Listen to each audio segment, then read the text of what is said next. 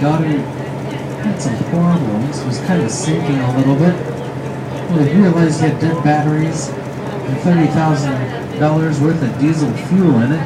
Actually made money on that boat. It's because it's a wooden boat, so it leaks a little bit. A little water got out of the bilge. Once you pump it out, worked just fine.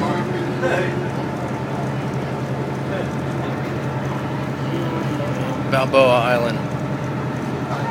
There's island straight in front of us. A little bit to the right. It's Bay Island. A couple unique facts about Bay Island.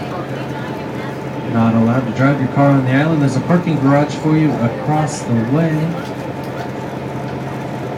You can take your golf cart on there, but if you have to do any kind of construction work or anything, you have to bring it on by wheelbarrows, barge, just no cars.